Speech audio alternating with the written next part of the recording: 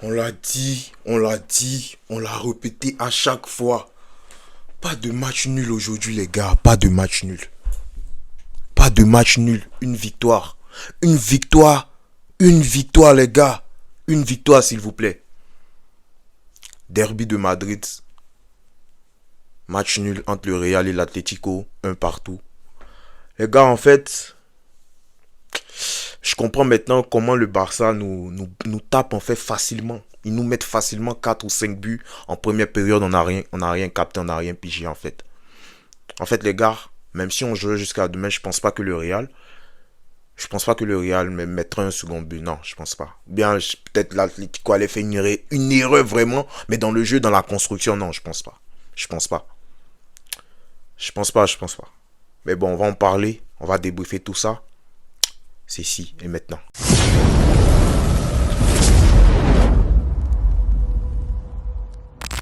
Donc, derby de Madrid, Real Madrid, leader de Liga, affrontait l'Atlético à Bernabéu, bien sûr. Il fallait obligatoirement gagner, c'était un match décisif dans la course au titre et tout. Et le truc, en fait, c'est que on jouait chez nous. Enfin, on a contrôlé le match, hein. On a contrôlé le jeu, on a pratiquement dominé. Mais en fait, c'est une domination stérile. C'est comme on a le ballon, mais on faisait rien pratiquement avec le ballon. Surtout en première période. Mais j'ai pas reconnu mes joueurs. J'ai pas reconnu mon équipe. J'ai pas reconnu Vinicius ni Bellingham. Kylian à la limite, il était moyen en première période quand même. Il tentait beaucoup de choses.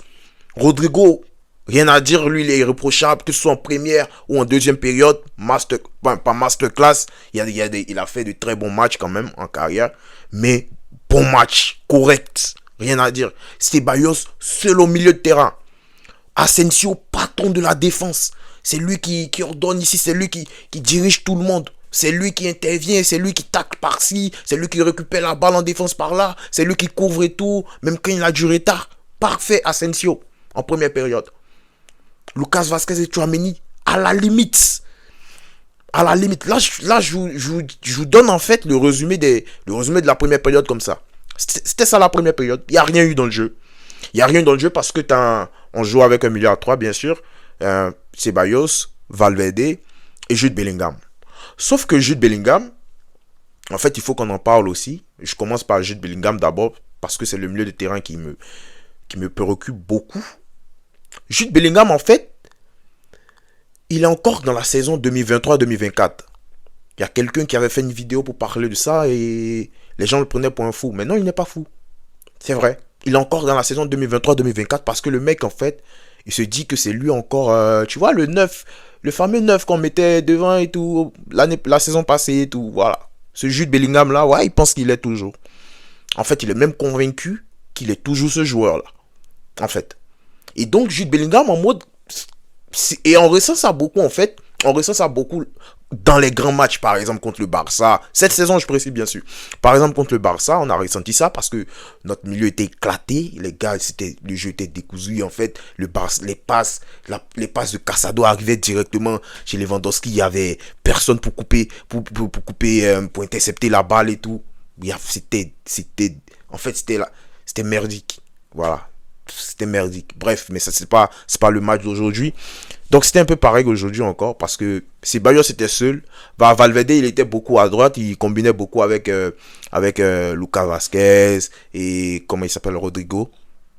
Rodrigo qui était énorme, je répète encore parce que c'est important. Rodrigo énorme. Voilà. Donc mais c'est Ceballos en fait qui essayait plus ou moins de trouver ses coéquipiers, de faire tourner le ballon, de chercher en fait les petits espaces, de combiner un peu. Sauf que Jude Bellingham, en mode où il était dans la surface. Il était dans la surface, il attendait les ballons comme Kylian attend les ballons. Il attendait les ballons en mode 9.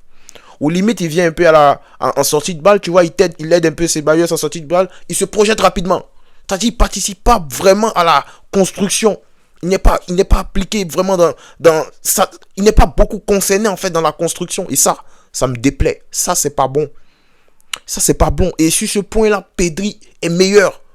Pedri est meilleur. Et je l'ai toujours dit, Pedri est meilleur sur ce domaine-là. Parce qu'un Pedri, quand tu as le ballon, c'est là que tu vois en fait C'est là que tu vois le joueur qu'il est. Tu vois en fait tout le talent de ce joueur, tout le potentiel de ce joueur en fait. Parce que où il faut trouver les petites passes, où il faut combiner, où il faut aller chercher les joueurs sur les côtés, les ailes, les transversales, tout ça. C'est là en fait que tu vois Pedri, en fait tu vois que quand son équipe a le ballon, il est très très dangereux. Mais Jude Bellingham, quand on a le ballon aujourd'hui, quand on a le ballon Jude Bellingham, contre les petites équipes, oui, ça peut marcher. Parce qu'il n'y a pas vraiment de véritable adversaire en face, tu vois. Avec tout le respect que j'ai pour ces soi-disant petites équipes et tout, au passage. Mais quand on affronte un bon milieu de terrain, qu'on affronte un vrai milieu de terrain bien comme aujourd'hui, comme on avait Rodrigo De Paul, l'autre jeune, j'ai carrément oublié son nom là déjà, Barrios ou Barrios, désolé, j'ai oublié son nom. Quand tu affrontes ces joueurs-là, en fait, c'est Barrios, il était seul. Quand on les affronte, c'est là qu'on voit tout le problème. Parce que en mode, on joue en 4-3-3, sauf qu'on joue pas en 4-3-3. On joue en 4-2-4. Parce que Jude, il est littéralement à côté. Il joue presque sur la même ligne que Kylian. Lui, il va venir faire 2 touches de balle au milieu, c'est tout. Il va se projeter rapidement. Non. Je sais pas si c'est ce que Carlo lui demande aussi. Ou peut-être qu'on lui a dit non, c'est un 10. Mais non, il n'est même pas 10. Il n'est pas 10 parce qu'il se prend carrément pour un 9. Il n'est pas 10 parce que s'il était 10, il allait beaucoup dans la construction, mais je ne le trouve pas beaucoup dans la construction. En tout cas, ces derniers temps, cette saison, et surtout dans les gros matchs. Lui, je ne le trouve pas beaucoup dans la construction. Et ça me plaît pas, ça me déplaît. Oh, mais j'aime Jude. Je suis un très très grand fan de ce joueur. Et je dis tous les jours en fait qu'il est meilleur, il est meilleur par rapport à Pedri. Parce que lui en fait il est présent par exemple sur plusieurs aspects du jeu. Au milieu de terrain surtout. Mais ces derniers temps, et surtout, surtout dans les grosses rencontres où je l'attends beaucoup. Voilà, il fait pas le taf. Il fait pas le taf, il participe pas beaucoup dans la construction. C'est un milieu de terrain, il faut qu'il s'en souvienne. Le milieu de terrain qu'il était à Dortmund, celui qui nous a fait rêver, celui qui éteignait ici Man City et tout, en Ligue des Champions. C'est ça en fait c'est ce Jude là que nous on veut. Oui, c'est ce Jude que nous on veut. La saison 2023-2024, fini. C'est fini. Mon ref, c'est fini. Bref, on va pas s'attarder, on va pas parler que de Jude, on va s'arrêter sur lui. Vinicius, première période. Première période de Vinicius. Première occasion et tout. Il y a Kylian qui décale à droite. Il peut servir Kylian. Non, il ne sert pas Kylian. Il joue avec. Il se joue de l'appel de Kylian pour tenter un tir, une frappe et tout. S'il y a but, on va dire que c'est une belle action. Malheureusement, il n'y a pas but. Donc voilà, on va dire que ouais, il aurait pu servir Kylian, mais pas mal. Il n'a pas mal joué aussi. Il a essayé, il a tenté. Bref. Mais ce qui m'a pas plu chez Vinicius, c'est qu'il ne s'est pas beaucoup appliqué en première période. Il a gâché pas mal d'occasions. Et ça m'a énervé. Ça m'a énervé. Parce que déjà, quand on ne se procurait pas beaucoup d'occasions, on n'avait pas beaucoup d'occasions. Et là, en fait, Vinicius, toi qui es censé être notre meilleur joueur, le joueur, en fait, le leader de cette équipe, le leader offensif de cette équipe, c'est toi qui perdais facilement le ballon. C'est toi qui faisais pas des passes appliquées. C'est toi qui en fait, c'était toujours à la limite. La passe n'arrive pas. Non, j'ai raté un contrôle et tout. Non, Vini, pas toi. Et surtout pas dans ce genre de match. Ça, c'est un match contre l'Atlético. C'est un match décisif pour la suite de la saison. C'est un match, en fait, qui va déterminer peut-être du vainqueur de cette Liga, de cette saison. Non, Vinicius, pas toi. Heureusement, il s'est rattrapé en seconde période. En seconde période, c'est un autre visage même de l'équipe, je veux dire. J'ai envie de dire. Parce qu'en seconde période, Vinicius, il était bon. Peut-être même très bon. Si Bellingham arrive à mettre cette tête-là, s'il y a but et tout, on va dire que Vini, il fait un gros taf sur le côté gauche. Il finit, je crois, 2 défenseurs. Il centre, petit centre. Après, il y a l'occasion aussi. Il finit, je crois, encore 1 ou 2 défenseurs. Il sert Rodrigo qui n'est pas loin de marquer. Voilà. Mais Vinicius, cette saison, c'est pas la saison dernière, tu vois. T'as capté. C'est pas excellent. Tu vois, s'il n'y a pas cette deuxième période, moi, on l'éteint carrément, Vinicius. On l'éteint ce soir. Mais il y a cette deuxième période qu'il fait. Il se rattrape un peu. Donc, on va dire que c'est un bon match. Ou un match moyen. Comme vous voulez. Vous pouvez noter le joueur comme vous voulez. Mais voilà, ça reste un bon match pour moi. Ah non, un match moyen, les gars, un match moyen. On va parler maintenant de Kylian. Kylian, première période, c'est moyen. Parce qu'il est seul aussi.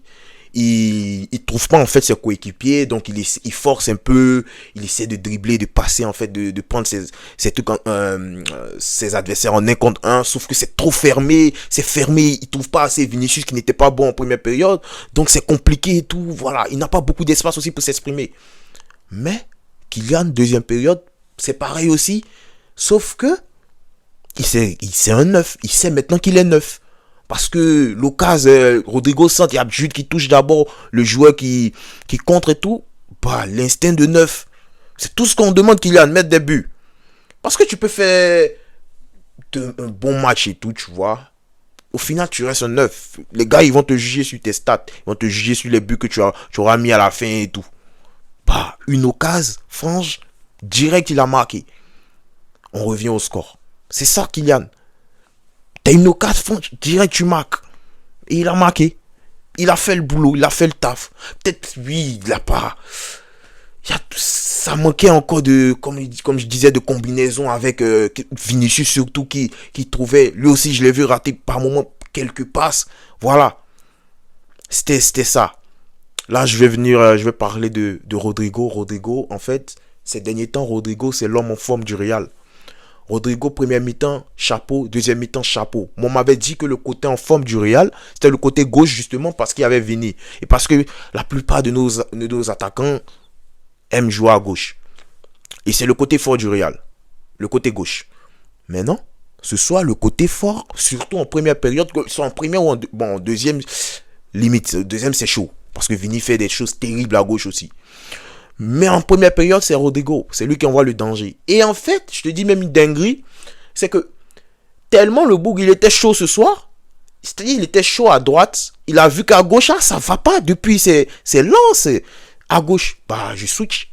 Il a laissé le côté droit carrément. Lucas Vazquez, fais ce que tu veux. Moi, je vais à gauche. Je vais voir un peu ce qui se passe. Il arrive à gauche, il envoie du danger. Rodrigo, qu'est-ce que je peux dire encore sur lui? Il méritait son but là. La frappe qu'il met qui finit juste à côté du poteau de Black, il méritait largement un but aujourd'hui. Parce que le match qu'il fait, waouh!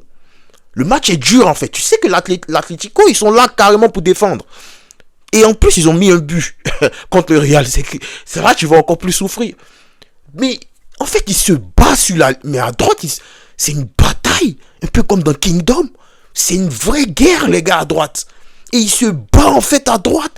Il arrive à chaque fois à sortir. Il arrive même à envoyer le ballon dans la surface. Les gars, est-ce que vous vous rendez compte en fait de tout ce qu'il a pu... Il a dû surmonter ce soir.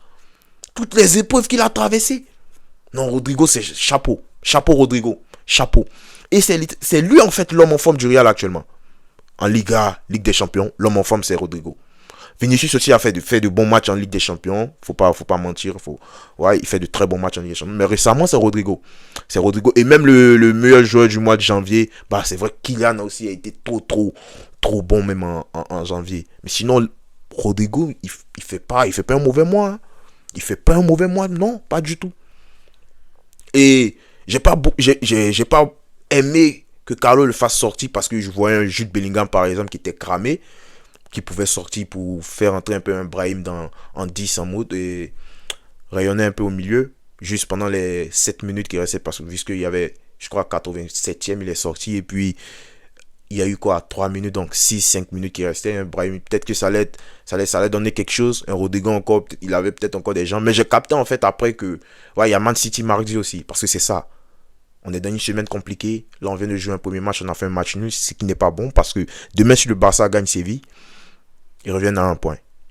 Sachant qu'il y a un autre classico qui arrive. Est-ce que vous vous rendez compte, en fait, de la saison 2024-2025? Je ne sais pas si vous vous rendez compte. La saison est très, très longue. Personne ne peut dire qu'il est champion en ce moment. C'est impossible. C'est pas comme au PL où Liverpool met des tartes à tout le monde. C'est chaud en Liga cette saison. C'est chaud bouillant. C'est trop chaud. C'est trop chaud. Ils s'en le savaient même avant la saison. C'est trop chaud. Les gars, c'est trop chaud. Et donc, c'est un peu ça pour le match. Moi, je vais dire que... En fait, il n'y a pas vraiment eu d'animation offensive encore une fois. C'était trop compliqué. Voilà. Il nous manque encore cette créativité. Et Jude qui devait être cet homme-là, en fait, sur qui on devait même s'appuyer. Normalement, c'était pas Modric. Ça devrait être Jude. Mais c'est ça, Jude, je sais pas pourquoi, mais carrément dans sa tête, c'est clair qu'il est un 9 encore. C'est clair qu'il est un 9. Et c'est ça, Ceballos était seul, il a essayé, j'ai aimé pas mal de choses qu'il avait faites en première période, mais encore une fois, c'est peu. Et voilà, un partout. C'est pas bon. C'est pas bon, c'est pas un bon résultat. C'est pas un bon résultat, mais je pense même, quand je vois le match, en fait, on pouvait inscrire un but, mais vas-y. Encore dans le jeu, c'était trop chaud, les gars. C'était trop chaud dans l'animation offensive. C'était trop dur. C'était trop dur. Et merci franchement à Rodrigo. Merci à Asensio. Je répète encore, Asensio patron. Waouh, patron Asensio. Merci. Ça fait bien de retrouver Kama aussi. J'espère que voilà, il va revenir en forme, tout ça. Et puis, on va bénéficier de son talent et de tout son potentiel. Donc les gars, c'était ça pour cette vidéo. Je suis, je suis dépité encore une fois de plus parce que on devait gagner ce match à ça. Normalement, ce match arrive. On devrait gagner. Parce que le Barça va nous mettre une pression de dingue. On n'a pas besoin actuellement de pression comme ça. Déjà qu'en Ligue des Champions, c'est chaud. Il y a City. Je sais même pas comment on va défendre. Parce que les interventions de Tchouaméni encore. À la limite, mais je veux pas tomber sur lui. Je veux pas taper sur lui. On sait tous qu'il n'est pas DC. Les gars, c'était ça pour le débrief ce soir. J'espère que vous avez kiffé. Merci pour tous ceux qui donnent la force, pour tous ceux qui s'abonnent, qui like, tout ça. N'arrêtez pas de partager, de liker, de vous abonner. Je vous aime. Big up, big love les gars. Et en ensemble.